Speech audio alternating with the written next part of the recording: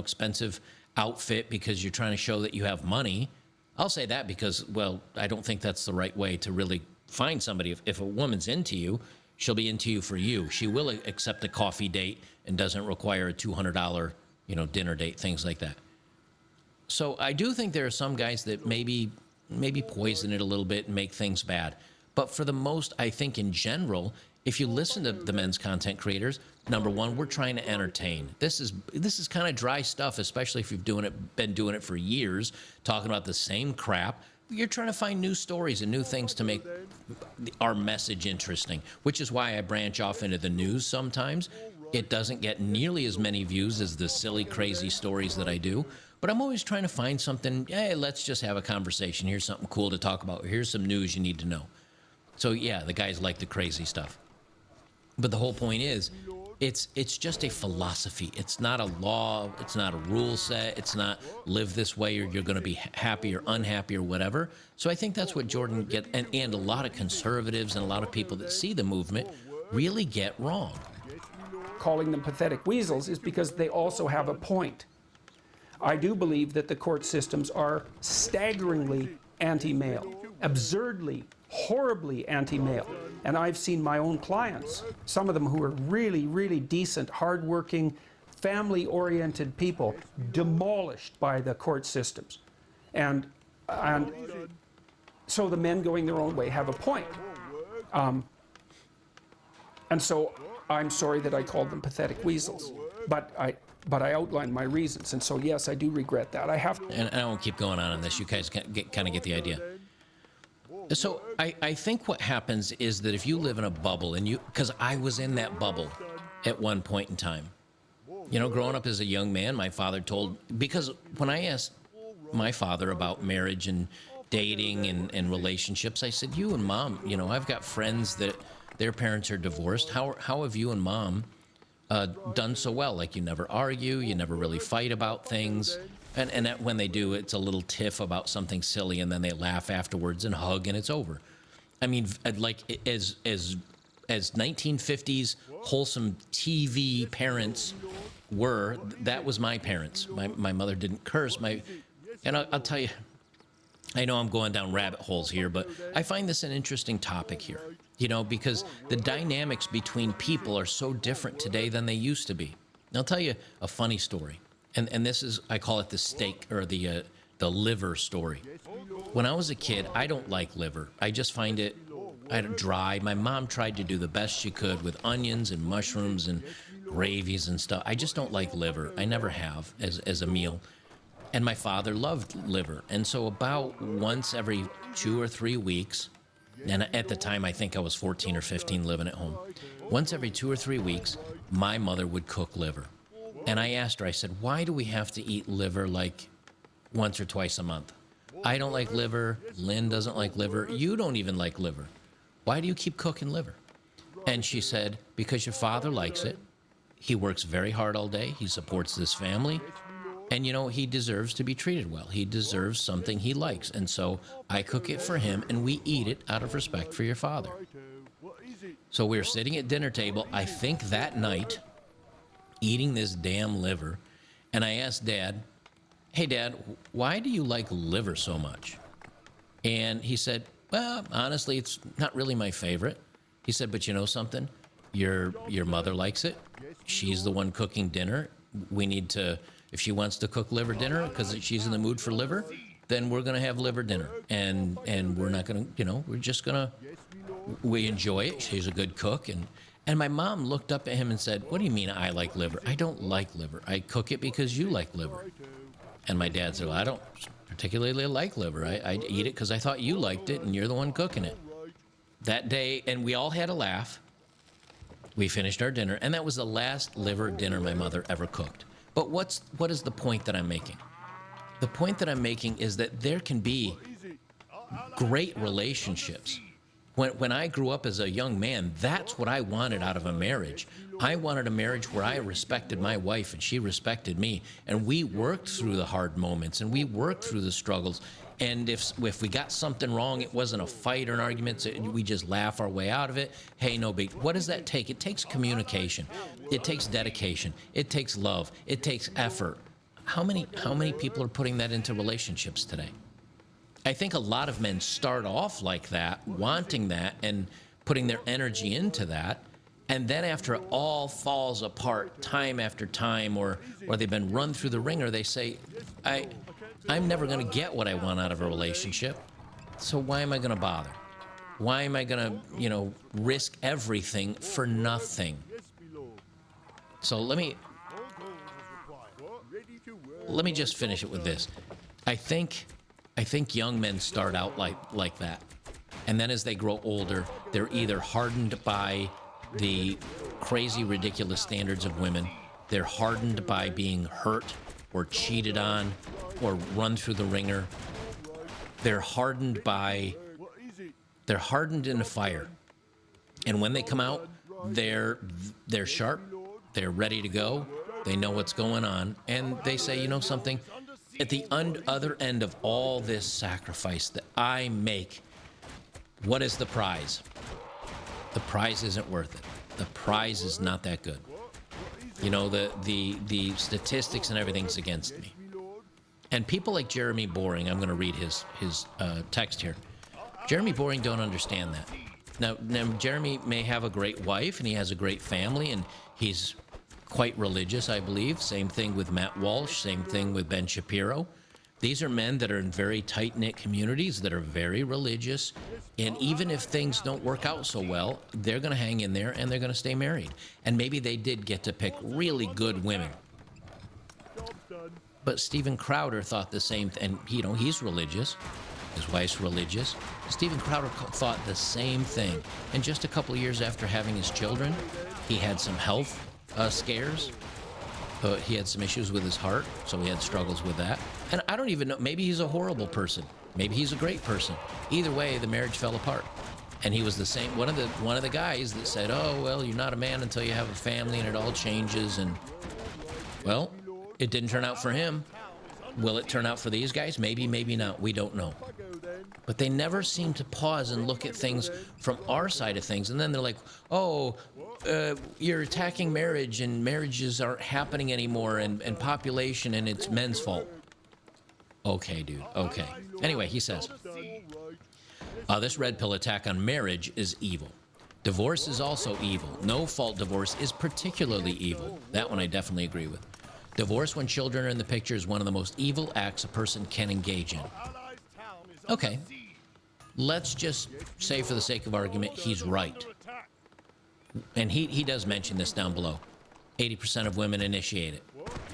That's not the man's fault, is it?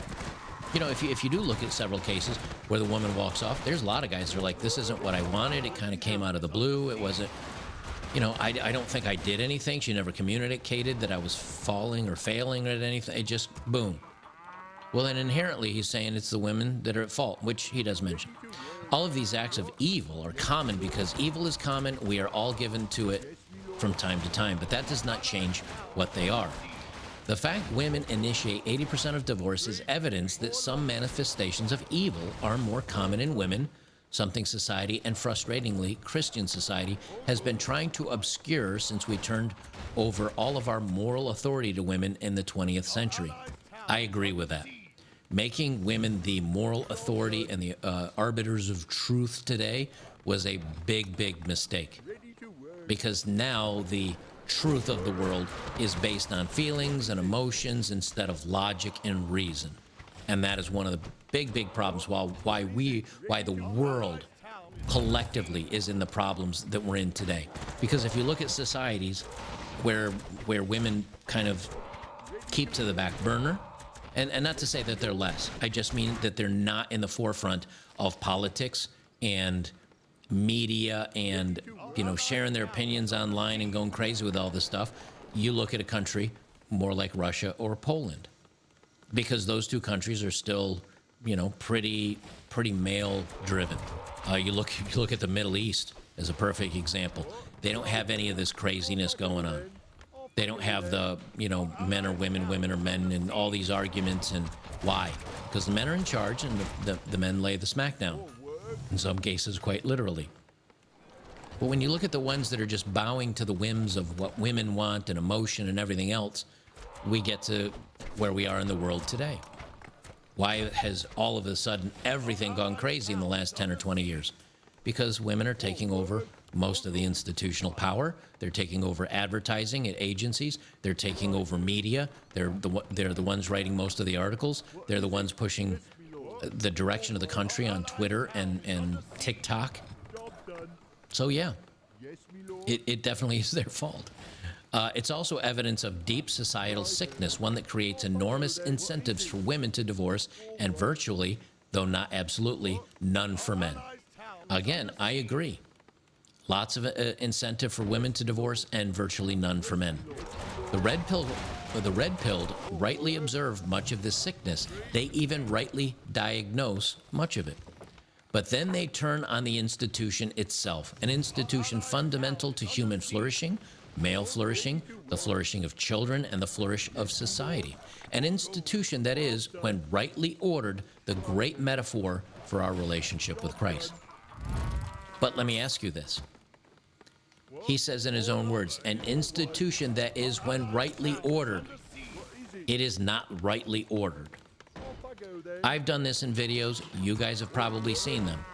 There are attorneys that get funding from the government, here in the United States, the federal government, for women that have had harm done to them. These attorneys have been, as a matter of fact, Project Veritas, although I don't know if it was Project Veritas. It might have been OMG, which is the media group. Oh, what's his name there? O'Keefe Media Group, where James O'Keefe, who used to do Project Veritas, he caught attorneys on video saying like, oh yeah, if you can say this and you can finagle the courts and men don't have any say. Well, the institution is not properly built. So, and I'll read my response to this here in a second, but you don't participate in something when it's not rightly ordered. It is broken, and it's broken very badly against men. I mean, Jordan Peterson said this, and this was 6 years ago. What has changed in the last 6 years, or the last decade, or 2 decades, or like since Reagan put in no-fault divorce in California back in the 80s? What has improved for men in marriage? Nothing. The only difference is today, women are more willing and likely to file because they see it's cash and prizes on the way out the back door. He says, marriages make men men. Marriage saves men and is a picture of the salvation of men. We should fight to make marriage marriage. We must defend men's rights in marriage, but we must not abandon marriage. Now let me say this. I will agree with part of this. I will agree that we should defend men's right in marriage.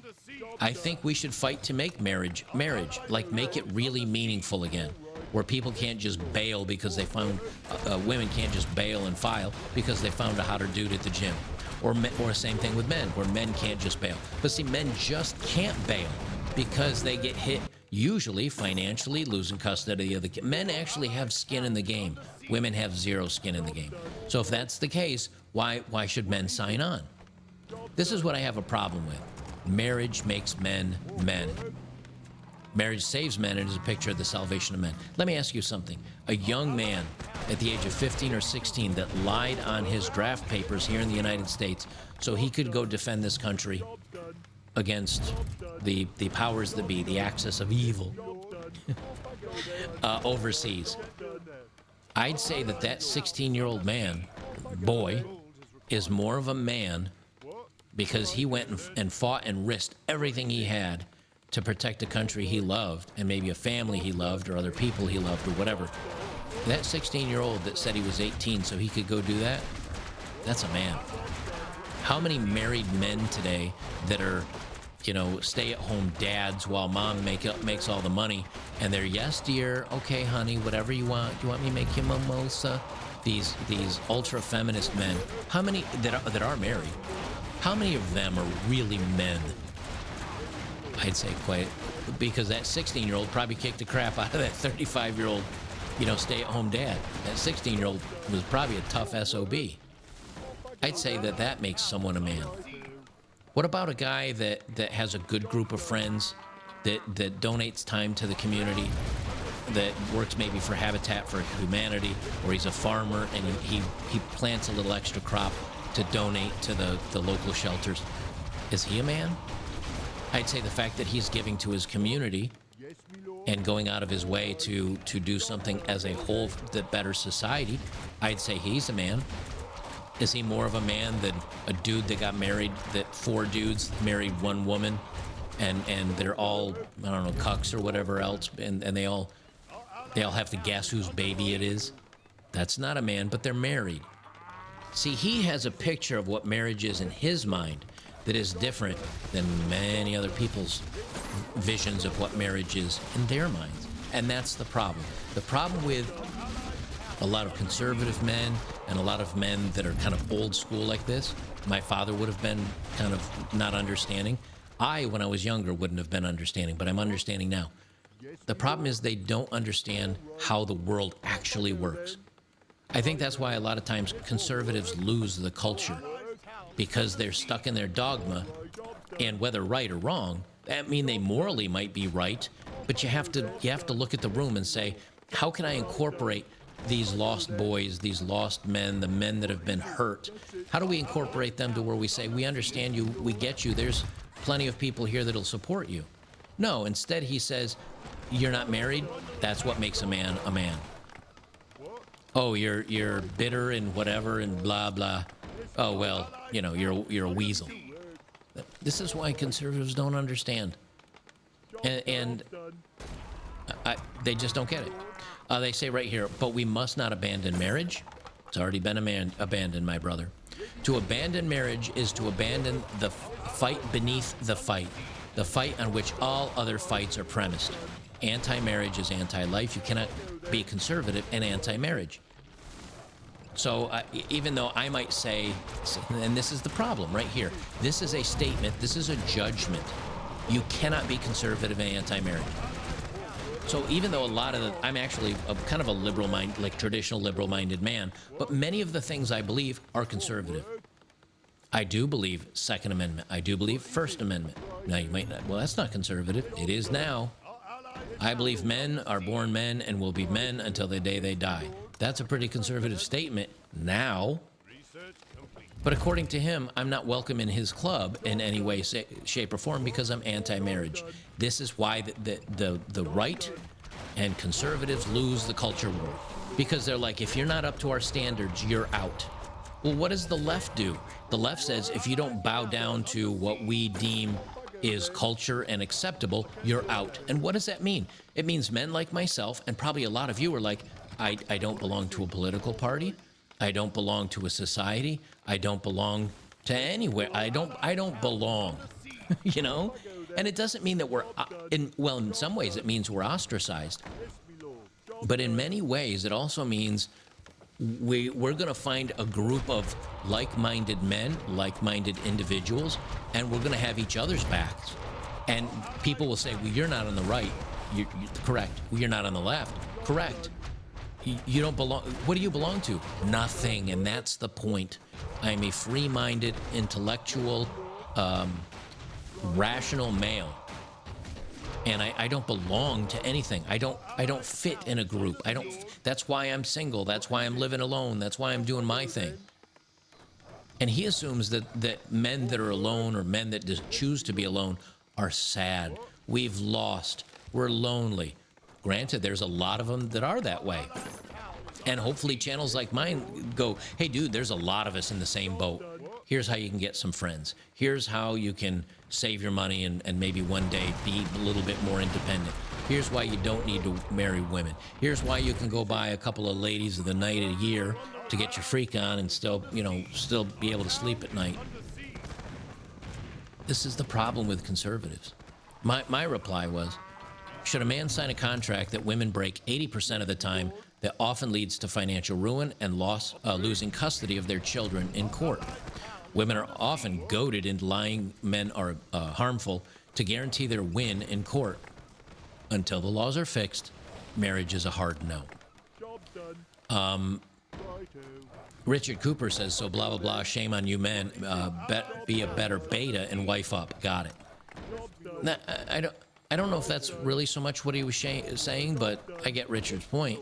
He says manning up and leading a family against the odds and the tough and unfair circumstances created by a feminized society that hates men and male leadership does not make you a beta. In fact, it's the core obligation of a man to do so. So men, you know what makes you an alpha strong male? Risk your financial freedom, risk your child custody, risk everything you have to go against the odds and fight back against a feminized society. No, man. Feminized society tells women can do whatever they want. They really say it fights back against a feminized society that hates men. Well, do you think, I mean, something like 60% of women say that they're mostly feminist. Here in the United States, like 65 or 70% of women vote hard left.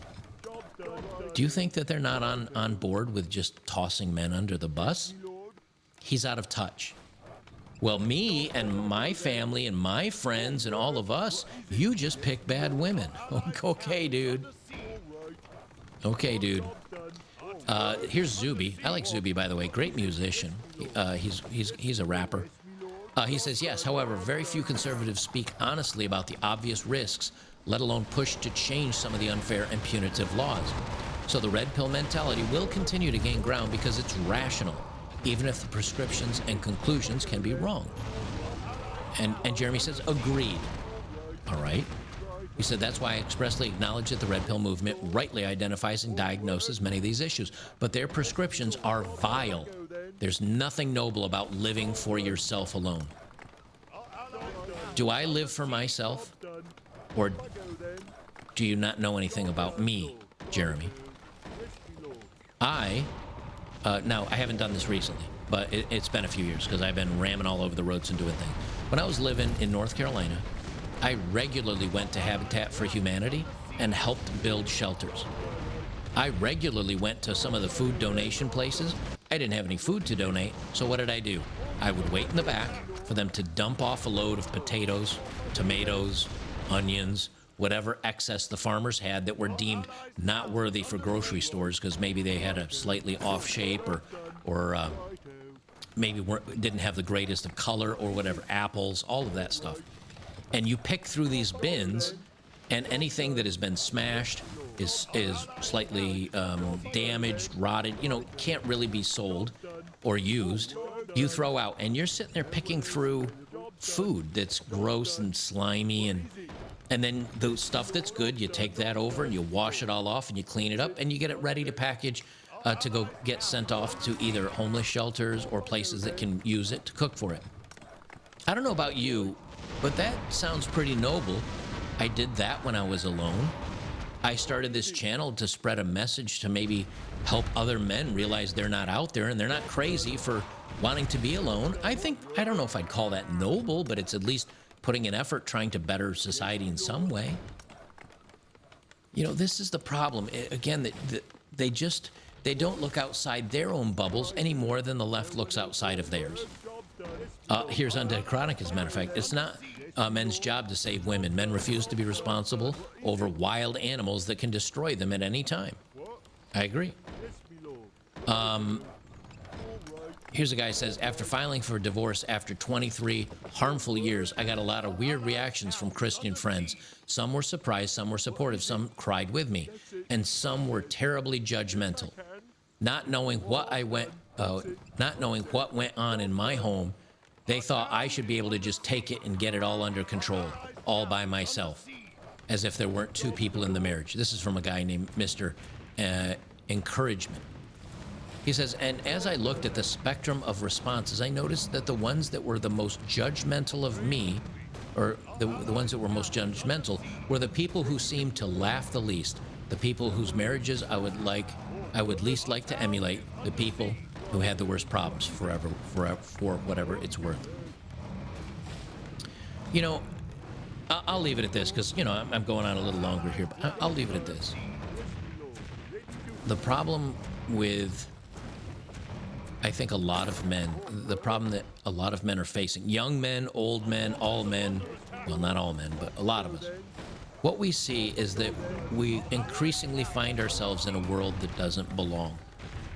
In the 80s and 90s, I didn't like the push against, they used to go after Dungeons and Dragons, the board game, and a lot of the music I listened to because they called it satanic.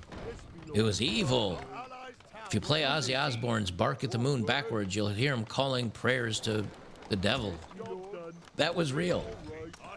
And it was both the left and the right kind of pushing against it back then, but it was definitely the religious moms, you know, the religious right.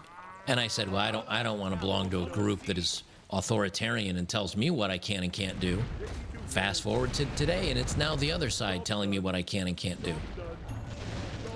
Very quickly, a lot of us realize, you know something? Everything seems to be very tribal in the world.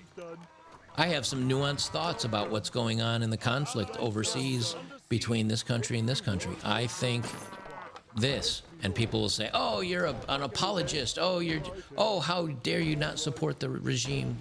No, I didn't say that. I said I have varying thoughts on both sides.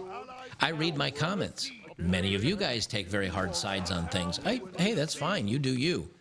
But the harder the stance you take on anything in this world, the harder, I think the more you're going to struggle, the less happy you're going to be. I'll change my mind on a drop of the hat with the right, with the right evidence, but I don't see any evidence that's telling me I'm wrong in this particular situation.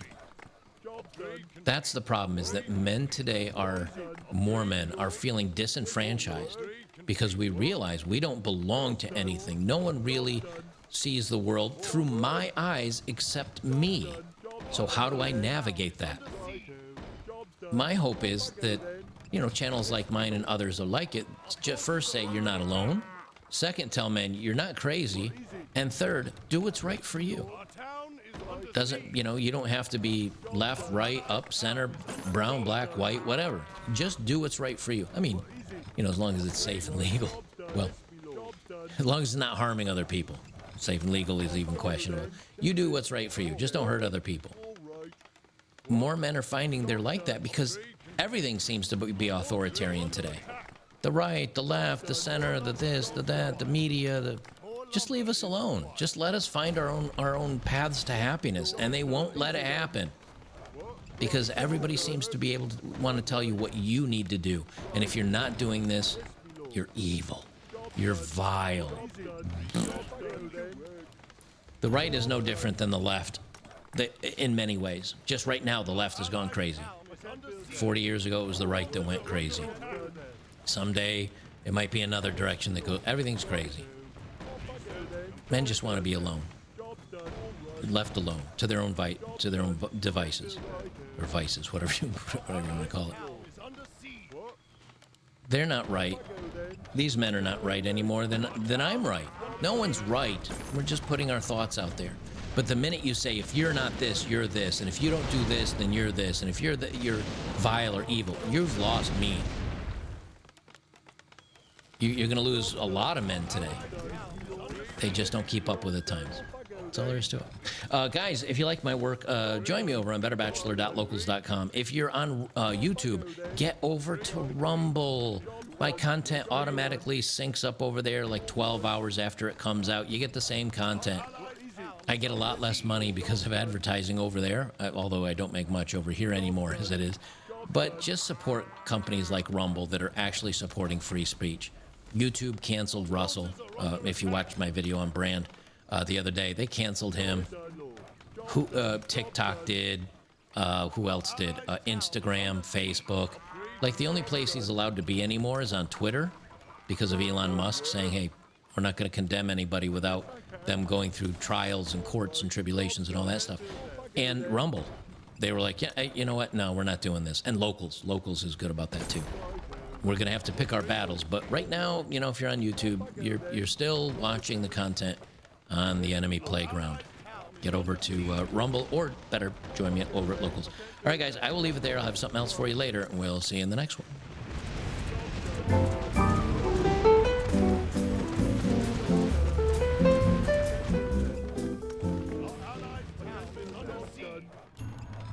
Canada was a very stable, middle-class country with reliable institutions. To say that's gone is to say almost nothing. Canada.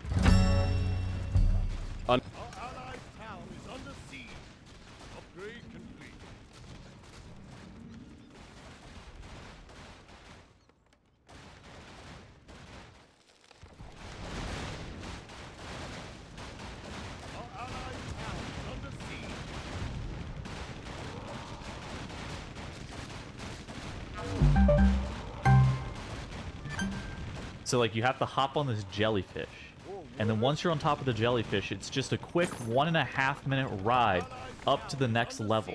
I swear Throne of the Tides is OP. It's gonna be great. Okay, do we think that elevator ride is gonna make it into M+, or do you think that's getting changed? I don't know. I think that's probably the discussion point for today's video. Yeah. So basically, we're going to be talking about the 10.2 dungeon pool that got announced. Throne of the Tides, as we were talking about, is one of the dungeons. The other 7 dungeons that we're going to be seeing this season are Everbloom, Ataldazar, Warcraft Manor, Blackroot Cold, Darkheart Thicket, and then the 2 Dawn of the Infinite dungeons, which are Galakron's Fall and Murozon's Rise. How are they breaking up these Dawn of the Infinite ones, by the way? It's just first 4 bosses, last 4 bosses. So Okay. the first 4 up to Iridikron, and then the last 4, after that. So we are going to be talking about the dungeons that we've seen so far, kind of some of the pitfalls that I think that they need to be watching out for moving into 10.2 that we've kind of seen with like the refurbished dungeons just as a whole, and then just kind of generally give our thoughts on like what the dungeon pool is. Right off the bat, I mean, what's your initial impression on this? I would say reasonably happy. This seems like a pretty good set of dungeons. I liked Ataldazar, and I also thought that Ataldazar was a dungeon that had a few small things you could tweak to make it really, really good. So Sure. I'm optimistic there. I liked Warcraft Manor. Again, one very small thing of just the door RNG at the start. I'll be happy. So yeah, overall I would say reasonably happy with this. I'm surprised to not see more Dragonflight dungeons in here. I'm surprised it's 6 returning dungeons and no season 1 or 2 dungeons. Whenever we were kind of spitballing like what we kind of expected to see, I think everybody kind of anticipated the 2 Dawn dungeons plus 2 other Dragonflight dungeons in some form or fashion. Because it just, I mean, I guess, so the next season could be like all Dragonflight dungeons. Could be like season 1 and 2, just the Dragonflight dungeons from them. Plus Dawn of the Infinite, but that's 10, so maybe you cut 2 of the most Ruby Life Pools dungeons from there or something. I mean, Ruby's a 30-minute. I don't know. Yeah, that's true. It's short, but I didn't like that place. Maybe that's just because I was playing Brat Warrior. Sure. But yeah, so that, like, maybe that would work. But because otherwise, if each Dragonflight dungeon only gets 1 season, this expansion, I feel like that would be, like, that's only 6 months per dungeon, right? It used to be a dungeon would get 2 years, 2.5 years on its first expansion. I'm not sure, like, is that enough if it's only 6 months each? I mean, do we not expect a 10 dungeon season? Is there? So there I guess could there's be a question of like a. season. Yeah. Yeah. Or two. I mean, there could be a season 4. Like, so we don't know yet if there is a 10.3 with a raid and stuff. I think there will be. But then even after that, so there could be a season 4 or season 5 even, like a fated season 5. Okay. If there's a reasonably long season 4. So there's a lot of possibilities still. I'm just surprised that there aren't any other Dragonflight dungeons in this pool. I don't think it's bad or anything, but it does go against what I was expecting to see. I will say, coming into the expansion, I think what I expected was 4 refurb, 4 Dragonflight for season 1, 4 refurb, 4 Dragonflight for season 2, and then all Dragonflight for season 3. That's kind of actually what I expected coming into the expansion. Now that we've seen this, it's actually kind of interesting. I will say that the dungeon selection that they've been picking, I would say I'm reasonably happy with it. Like you were saying, though, Ataldazar and Warcraft Manor, I think that they actually have a lot of work to do in Ataldazar, surprisingly enough. I think that that's a dungeon that people actually hold in pretty high regard, but without things such as Awaken skipping with pillars, the scaling with some of the mobs that you basically can't pull in that dungeon, and snapping as a mechanic, I think that Atal has a lot of changes on the horizon.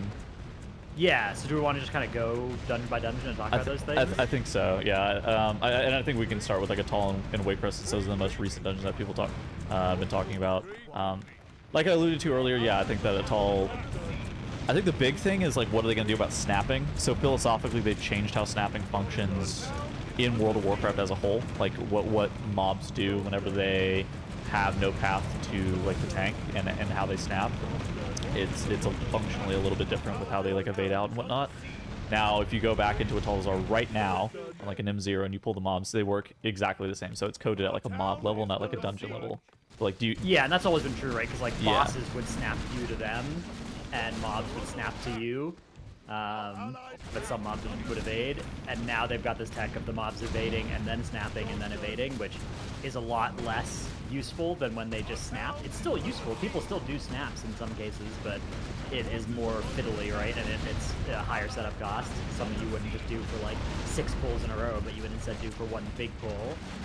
Which, yeah, I mean, maybe there will still be a way to do that if they make that change. But like you said, right now, Atoll Bazaar still works the way that it used to because it's coded per mob. It's not like game-wide behavior. Yeah. So I expect that they will change how that functions, and I hope that if they do, they look at the Toxic Zoras at least and make sure that those aren't too nasty to fight. I'm looking at Honor Guards and the Goliaths. The Purifiers, I think are actually the names of those mobs. The big, you know what I'm talking about, the elemental dudes. The construct thing. Yeah. I think that those are the 2 mobs that I'm maybe looking at also in general, is like, what are those going to look like coming into this, into this dungeon. I think that this is a dungeon that will not have the exact same identity as it was back in BFA. For me, the reanimated Honor Guards were pretty offensive in BFA. Yeah, agree. There's 2 of them stand in front of the boss on the right side, Voltall, yeah. And that you basically could not pull those if you were within like 4 or 5 key levels of your maximum, right? Like, if you could do 20 keys and you went into a weekly 15, you could maybe get away with it, but you couldn't any higher than that. Like, you're doing a 17, it was still not feasible to pull that pack of 2 reanimated Honor Guards. I wonder what... So, I hope they change that, because I feel like anytime there's just a pull that says, hey, you gotta skip me, that's not good. I wonder what Trash is gonna look like in there, too, because Trash was, like, always... I guess we did do that first pull on the left side with, like, the Juggernauts and all the casters and stuff like that, which wasn't, like, the most direct route, but I felt like count in there was always a bit weird, because you had to do skips. Yeah, so again, like, I hope they look at the count again, they fix the mobs so that none of them are too bad to fight, no packs are unreasonable, and then they give you a nice kind of, you'll get 100% by holding W. You can skip stuff and then pull stuff from the sides if you want to instead. Because the way it works, like, you could go through the middle of that dungeon, right? Or you could go back around the outside again.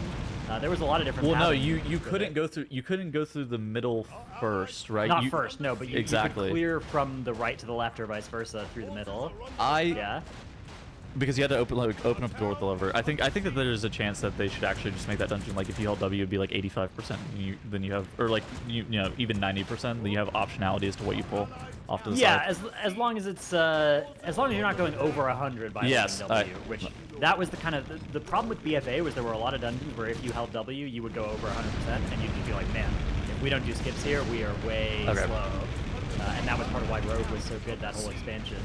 So, okay, Warcraft Manor, obviously the most other recent dungeon. I think that, so they've actually done a lot of dungeon tuning. It was not I don't think it was a post that actually went up on Wowhead, but Squishy DM'd it to us with some of the dungeon tuning. The 2 dungeons that got the most amount of tuning were like Everbloom and Warcraft Manor. Yeah, I would say just the first round probably. I'm sure that there will be a wave for each of these dungeons. Most of it was natural scaling. I would say the big thing is like Heartsbane Triad got nerfed in Warcraft Manor, and functionally how that boss itself worked received a pretty substantial nerf. I think that overall, though, Wakecrest's big thing, I think it has 2 problems potentially.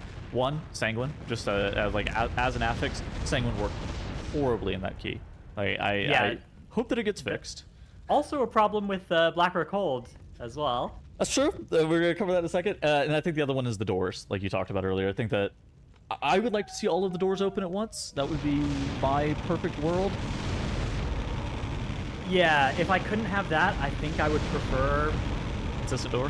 One consistent door. Yeah, just one. Just pick one door and have it always be open. Like have that be the way to do it. Like Freehold. Yeah. There was one captain. Although Freehold, the captain used to be weekly, whereas now it's the doors used to be random every time you started the key in Warcraft, that was so tilting. I'm glad that's. I hope that's not how it works. The problem with Wakecrest with the random doors is that Huntsman Lodge room was the second fastest route. The first fastest route was Heartsbane Triad Rush, and then the top right route, which was like you had a double witch or something like that. It was like a bunch of like random garbage, and you had to run around. Was something in the order of like a 1.5 minute penalty over the other options, which was a bit brutal. Yeah. Also, there was something nice about just getting Heartsbane Triad out of the way. Now, hopefully, they nerf that boss to the point where it's like. And there already are nerfs up for this that mean that boss is a little bit less relatively difficult to the rest of the dungeon. which means whenever you have a relatively difficult boss in M+, it doesn't actually, like, people will hear us ask for those sorts of bosses to get nerfed, and they're like, oh, you want M+ to be easier? But because M+ is infinitely scaling, if there is one hard boss in a dungeon,